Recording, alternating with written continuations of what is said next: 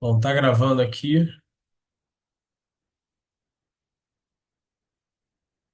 É, vamos lá. Tô... Comecei a gravação, terça-feira, 10h20. Bom, como está aí escrito no slide, né? A proposta é desenvolver um grupo de estudos de regras, as regras utilizadas na Federação do Rio, a FJJ Rio, que são as mesmas da IBJJF, da CBJJ, e fundamentalmente, a gente vai estar buscando aí ler o manual de regras, que é esse aí, da IBJJF. É um livro aí de 52 páginas, com artigos separados por temas, né? E a ideia é ler de 1 a 2 artigos por semana, ver cada uma das situações que eles colocam e, e estudar mesmo a regra do jiu-jitsu esportivo nesse quando visto aí por essas organizações. O objetivo desse grupo é fundamentalmente, basicamente, ler o manual de regras de 1 a 2 tópicos por semana e melhorar o jiu-jitsu para as competições, né, que são sediadas aí ou pela CBJJ ou pela FJJ Rio, beleza? Então, para começar, quando você abre ali o livro de regras, tem a arbitragem, falando sobre a autoridade do árbitro, como é feita a decisão das lutas, quem é o vencedor, quais são as situações e como são feitas essas escolhas, quando é por pontuação, por finalização, quando existe um acidente e a pessoa fica incapacitada de lutar, às vezes até por sorteio.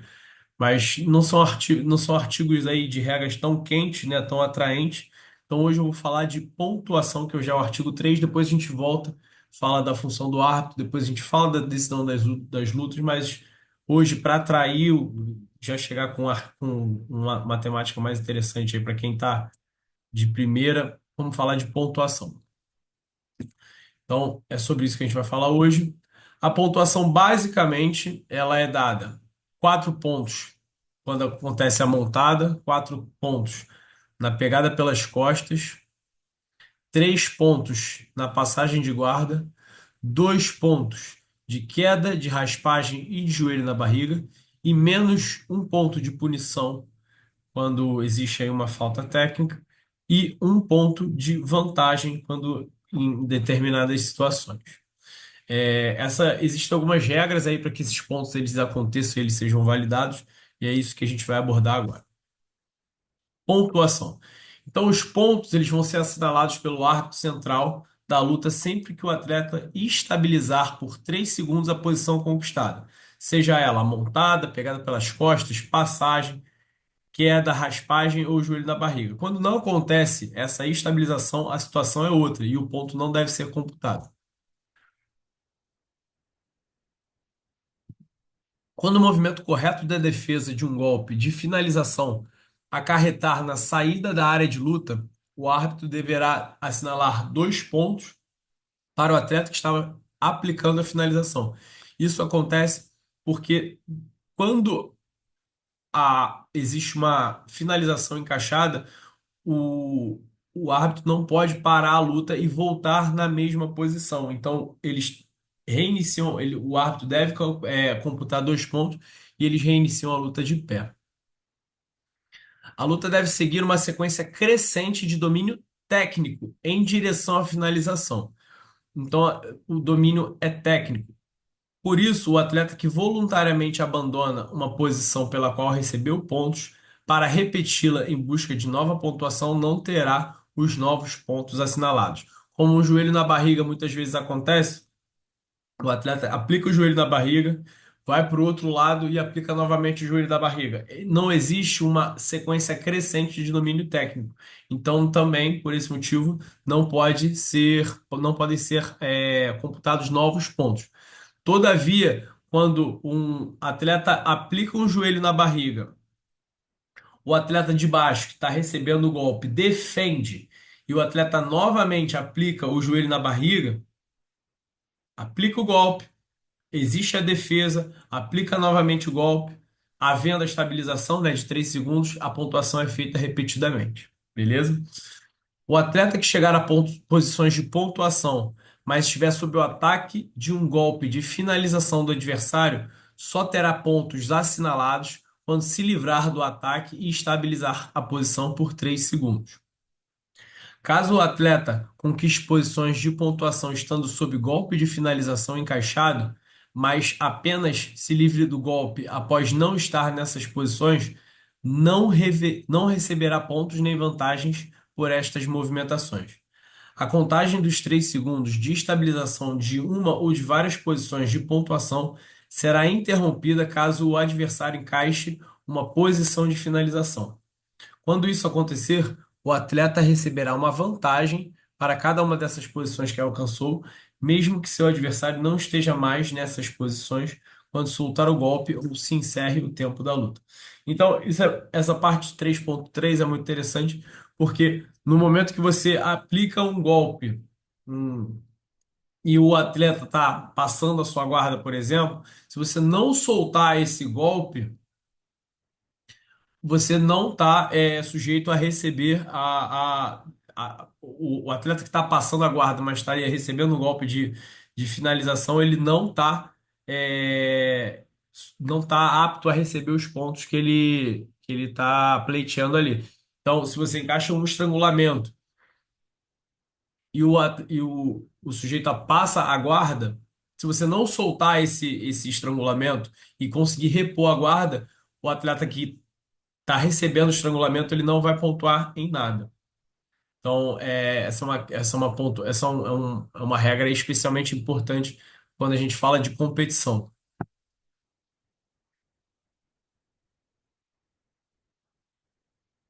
O atleta que chegar a uma ou várias posições, pontos cumulativos, mas que estiver sob o ataque de um golpe de finalização do adversário, terá apenas uma vantagem assinalada se não se livrar do ataque até o término da luta.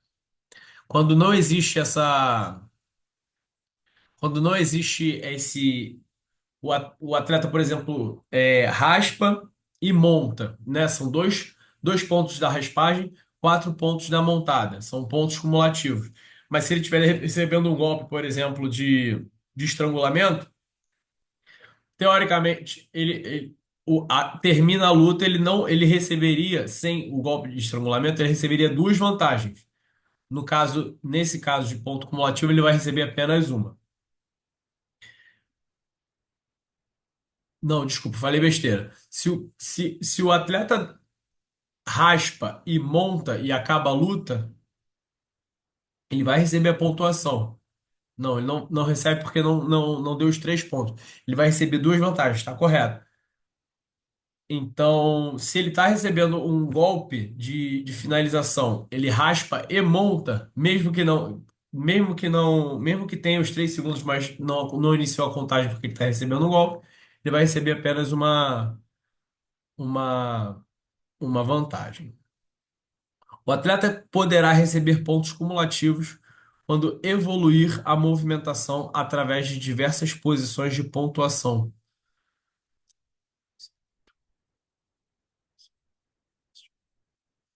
No caso do domínio de 3 segundos da última posição de pontuação. Representar também o domínio de posições de pontuações anteriores alcançadas na sequência. Exemplo: passagem seguida de montado somar 7 pontos. Neste caso, o árbitro comprará apenas 3 segundos do domínio ao final da sequência. Ah, então é exatamente isso. A raspagem, quando você raspa e monta, por exemplo, ou quando você passa e monta, você não precisa raspar, esperar 3 segundos, montar. Você não precisa passar, esperar 3 segundos, montar. Você pode raspar e montar, ou você pode passar e montar, e os pontos só vai precisar contar uma vez 3 segundos. Essa é uma regra muito importante também.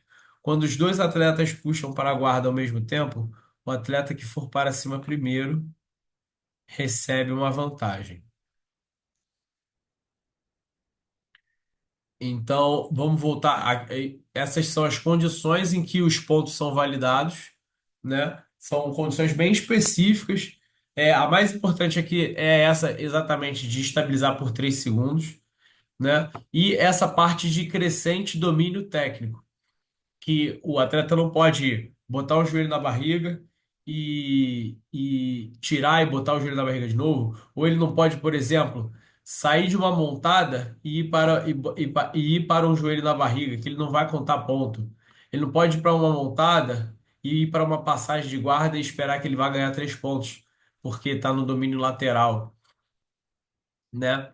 É, é basicamente essa a lógica da progressão. Então, começa com queda, raspagem, joelho na barriga. O próximo nível de domínio técnico é a passagem de guarda. E em seguida, a montada e pegada pelas costas. Essa é a segunda mais importante. E no caso do para quem está recebendo os golpes, para quem está passando, para quem está raspando, se estiver em uma posição de finalização, não vai poder computar ponto nenhum. Isso é muito importante também. Posições de pontuação. São basicamente essas aqui que a gente falou. Ele vai falar de detalhadamente cada uma delas. A primeira que ele coloca aqui é a queda, e a queda é a mais complicada. Quando o atleta projeta o adversário e o faz cair de 4 apoios ou com o abdômen no solo, os pontos só serão assinalados quando o atleta que fez a projeção controlar as costas do adversário, sem a necessidade de colocar os ganchos, mas mantendo o adversário com pelo menos um dos joelhos no solo por 3 segundos. É basicamente essa situação aqui.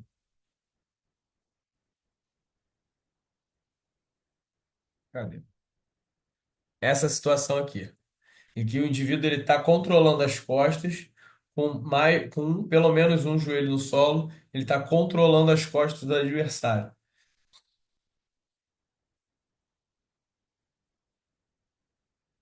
Quando está de cabeça com cabeça, entende-se que ainda pode existir um double leg, um single leg nessa situação. Quando o atleta projeta seu adversário para a área de segurança, tendo iniciado seu golpe com os dois pés dentro da área de luta e terminado em posição estabilizada, o árbitro só deverá parar a luta após a contagem dos 3 segundos, para então assinalar os pontos e reiniciar o combate na mesma posição no centro da área de luta. Então, fora a situação em que existe um golpe de finalização encaixado e os atletas saem da área de luta com esse golpe encaixado, o, no jiu-jitsu a luta vai sempre continuar da posição que estava antes. Então, nessa situação, a área de segurança ela faz parte da área de luta. No momento que os atletas eles entram nessa área de segurança, o árbitro tem que ficar atento para ou parar a luta e recomeçar do meio, ou esperar a posição estabilizar para dentro dessa mesma posição voltar do meio e reiniciar o combate. Em uma movimentação de raspagem, quando os dois atletas ficam em pé por menos de 3 segundos e o atleta que está se defendendo projeta seu adversário ao solo, de costas ou de lado, não receberá os pontos ou a vantagem referente à queda, apenas da raspagem. Na disputa de qualquer posição vinda da guarda, onde os atletas permaneçam de pé por 3 segundos, o combate passa a ser considerado luta em pé. Para iniciar a contagem desses 3 segundos, será necessário que um dos atletas esteja com os dois pés no chão e o seu adversário com pelo menos um dos pés no chão e sem o joelho oposto no solo.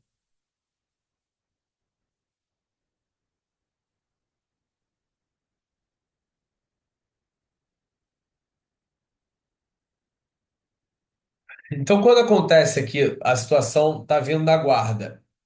E para ser considerado luta em pé, o atleta tem que estar com os dois pés no chão. Tá com um pé e um joelho não é situação de luta em pé, não é considerado luta em pé, não é considerado queda. Havendo mudança de nível,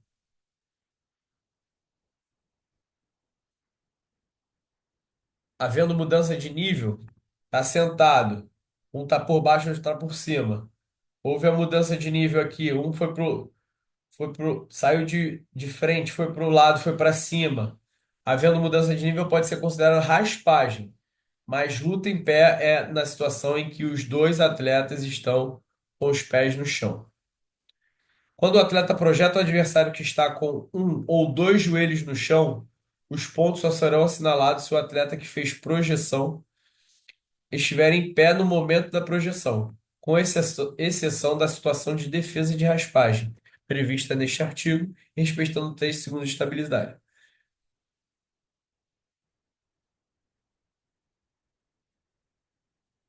Então, o atleta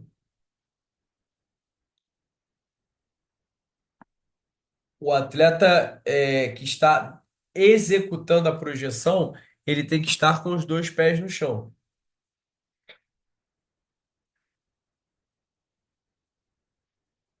O atleta que está recebendo a projeção, ele não necessariamente está com os dois pés no chão.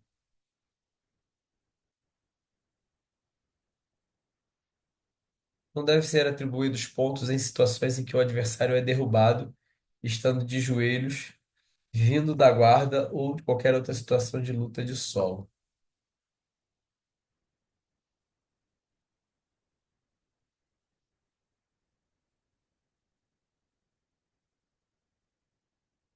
Quando o atleta projeta o adversário numa baiana ou single leg e o oponente senta no solo aplicando um contragolpe, bem-sucedidos, apenas o atleta que contragolpeou receberá os 2 pontos, caso estabilize a posição por 3 segundos.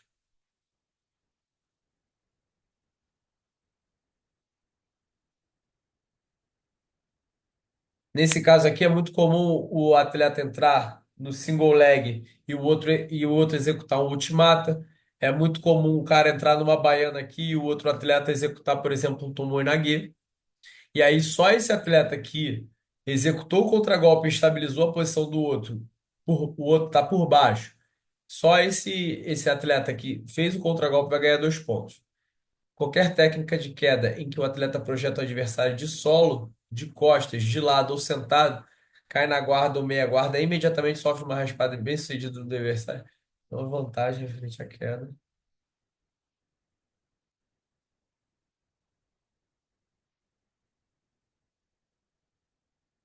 Então, se eu executo uma queda muito bem-sucedida, mas não consigo estabilizar o meu adversário de costas, de lado ou na guarda, meia guarda, no chão, não consigo estabilizar, ou por cima, então o indivíduo me raspou, houve uma mudança de nível, ele ficou por cima e eu por baixo, o meu adversário que vai ganhar 2 pontos e eu só vou ganhar uma vantagem. O atleta que projetar o adversário para se defender de, de uma pegada pelas costas em que o adversário tem os dois ganchos opostos, ou tenha um gancho posto e não tenha nenhum dos pés no solo, não receberá os 2 pontos ou vantagem referente à queda, mesmo após a estabilização por 3 segundos. Então, o atleta está recebendo um golpe pelas costas, mas o atleta que está por trás, está nas costas, tem dois ganchos.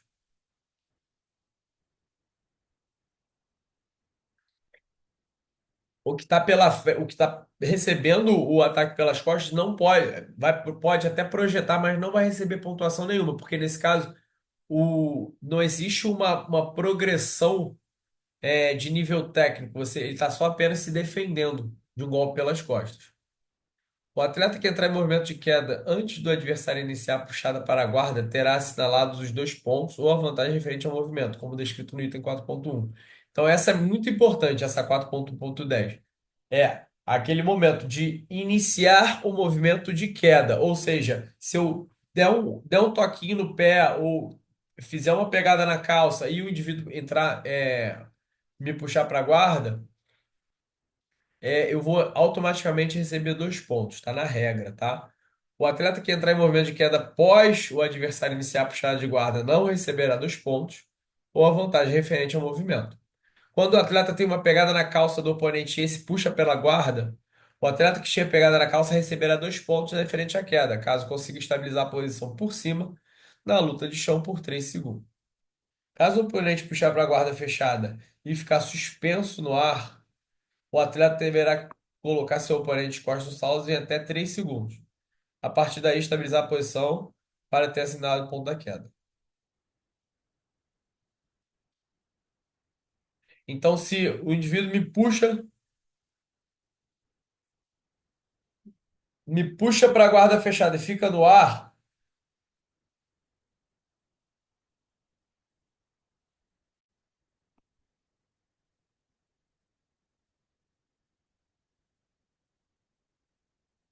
eu tenho uma pegada na calça, tá? E o indivíduo me puxa para a guarda e ele fica no ar, ele faz aquela puxada de guarda pulando. Nessa situação, eu tenho que colocar o cara no chão, de costas no chão, e dentro de 3 segundos. E estabilizar por 3 segundos para ganhar os 2 pontos da queda. Se eu tenho a pegada na calça dele, ele me puxa para a guarda, fica suspenso. Eu fico mais de 1, 2, 3 segundos. Não adianta nada eu botar as costas dele no chão depois, porque não vai contar, ele vai contar. Não adianta nada eu ter a pegada na calça, vai contar como se ele tivesse me puxado para a guarda, não vai valer ponto nenhum.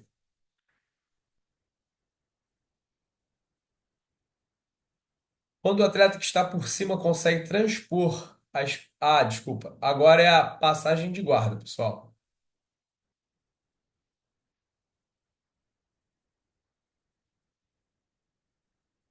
Quando o atleta que está por cima consegue transpor as pernas do adversário que está por baixo, ficar atravessado, e mantém o controle transversal ou longitudinal do mesmo de costas ou de lado no solo por 3 segundos. Então, controle transversal atravessado ali do que a gente chama de 100 quilos, norte-sul, controle longitudinal e controle do adversário de lado, tá bom?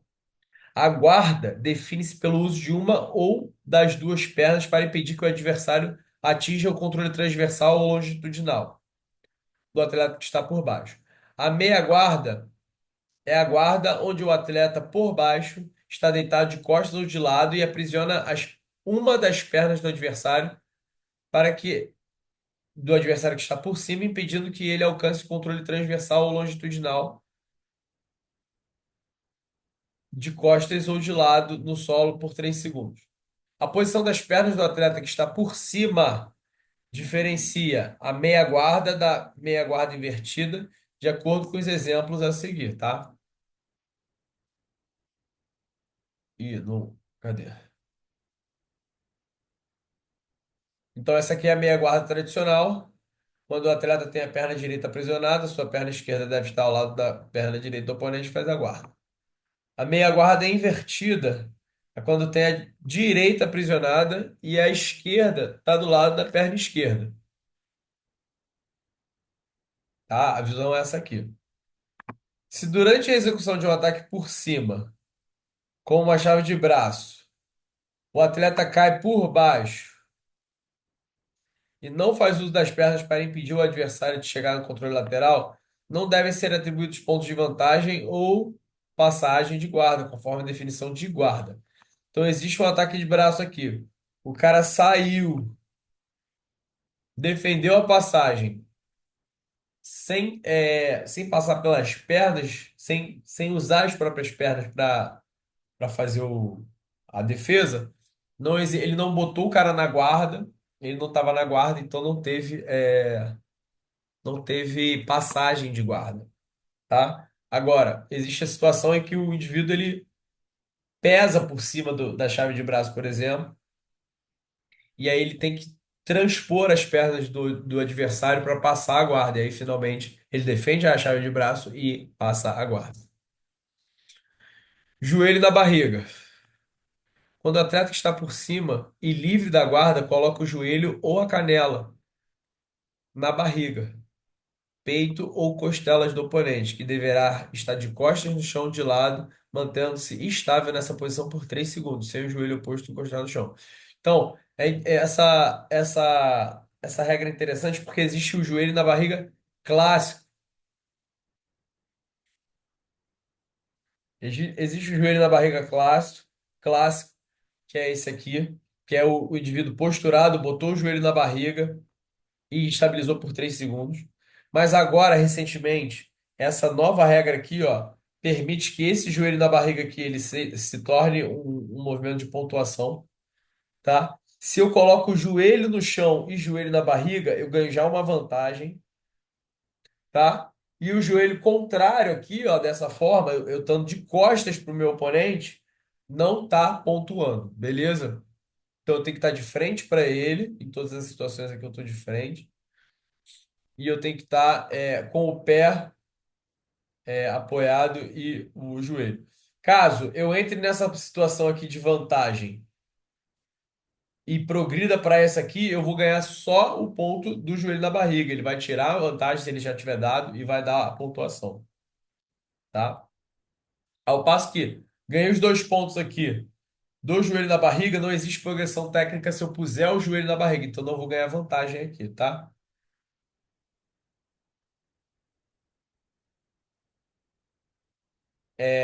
Deixa eu ver se tem mais. Não tem a imagem aqui, mas até de lado,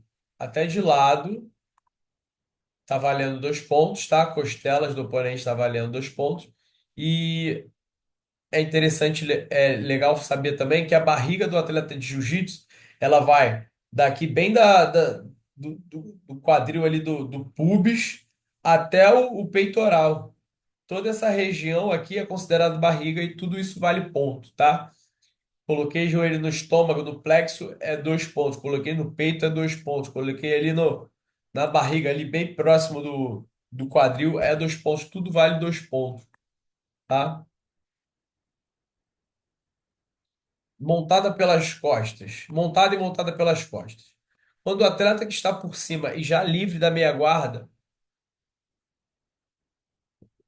senta sobre o tronco do adversário e mantém os 2 joelhos ou um pé e um joelho no solo, virado para a cabeça do adversário e com até um braço do adversário preso sob suas pernas, mantendo-se assim por 3 segundos. No caso do atleta manter um dos braços do adversário preso sob sua perna, o atleta só receberá os pontos da montada caso o joelho da perna, que aprisiona o braço do oponente, não ultrapasse a linha do ombro. Deixa eu ver se tem imagem aqui. Nesse caso aqui, por exemplo, ó, o joelho não passa a linha do ombro, então tá valendo ali 4 pontos da montada, tá? A mon- Quando o atleta cai por cima com o triângulo encaixado no adversário que está por baixo, não serão assinalados pontos referentes à montada. Quando houver transição direta da montada pelas costas para a montada para frente ou vice-versa, por serem posições distintas, o atleta receberá 4 pontos na primeira montada e mais 4 pontos na montada seguinte, sempre respeitando os 3 segundos de estabilização de cada posição. Então existe a montada clássica, montada lateral e a montada pelas costas. Cada uma delas vale 3 pontos. Beleza? O que não vai valer ponto aqui é a montada invertida, quando você está de costas para o teu oponente e quando os 2 braços desse oponente eles estão para baixo, que vai considerar apenas uma vantagem, tá? Você pode fazer essa montada lateral aqui, ó, com o pé e você vai sentar, vai se apoiar aqui em cima na costela ou no quadril do teu oponente. Existe também a montada técnica, que seu pé está aqui, ó, dominando ainda assim o teu oponente, tá? Aqui o joelho está abaixo da linha do ombro, ainda classificando uma montada com braço preso. E a montada clássica, a montada lateral e montada pelas costas, cada uma delas vale 4 pontos. Existe uma progressão aí, lógica, dentro da regra, que vai garantir a pontuação da montada lateral. Eu não lembro direito se é da montada clássica para montada lateral para montada pelas costas. Mas eu sei que montada pelas costas não vai computar montada lateral nem montada clássica. Não vale ao contrário, tá? Pegada pelas costas. Quando o atleta dominar as costas do adversário, colocando os calcanhares na parte interna da coxa do adversário, sem cruzar os pés, e podendo aprisionar até um dos braços do adversário, sem que a perna que aprisiona o braço passe da linha dos ombros, mantendo sob controle de 3 segundos. Então, isso aqui são os ganchinhos que a gente chama. O braço do cara tá preso aqui, ó. O braço do cara tá preso aqui com a perna, sem passar a perna por cima do ombro. Isso aí já tá valendo ponto. Quando o cara faz esse triângulo aqui, ou fecha o cadeado, né, não tá valendo ponto. Quando os dois braços estão presos, também não tá valendo ponto, tá valendo apenas vantagem. Então só tá valendo, se cruzar as pernas aqui, só tá valendo vantagem, não tá valendo ponto. Raspagem. Quando o atleta está por baixo com o adversário na guarda ou meia guarda, inverter a posição, forçando o adversário que estava por cima a ficar por baixo, mantendo nessa posição por 3 segundos. Quando o atleta que está por baixo com o adversário na guarda ou na meia guarda inverter a posição e o adversário ficar de costas para cima, nos 4 apoios, e o atleta que iniciou a inversão controlar as costas do adversário sem necessidade de colocar os ganchos, mantendo o adversário com pelo menos um dos joelhos no solo, dessa forma aqui. Então, estão sentados, houve ali uma mudança de nível, ó. Agora tem um por cima e um por baixo. Então, existe aí uma característica de raspagem. Quando o atleta que está por baixo com o adversário na guarda ou na meia guarda fica em pé, mantendo o domínio das pegadas necessárias para a raspagem e derrubar o adversário, mantendo por baixo por 3 segundos. Mais uma vez, então, valendo 3 mudanças de nível. Então, as imagens desse artigo são apenas ilustrativas e não representam a totalidade das situações que podem ser passíveis de pontuação em cada uma das posições de luta. Bom, por hoje é só. A gente viu então as posições de pontuação, cada pontuação, né, que agrega e as condições em que essa pontuação ela é, vai ser computada. Algumas vantagens, situações de vantagem a gente viu também. O que a gente não viu foram as punições. Por hoje é só. Acabou, a gente está ficando sem tempo aí, mas a proposta é essa, de dois artigos da regra, a gente dá uma revisada por semana. Pode ser que a gente quebre dois dias aí diferentes para não ficar tão massivo, maçante em um dia só. Eu acho que a gente fez aqui em torno de 40, 50 minutos. É, a proposta é essa, espero que vocês tenham gostado. Acho que se alguém quiser somar aí, agregar, tiver vídeos, situações de luta aí que possa trazer para a gente aí, a gente estudar junto, é interessante. E aos pouquinhos a gente vai englobando aí, abraçando esse manual inteiro. É isso. Obrigado, galera. Até a próxima.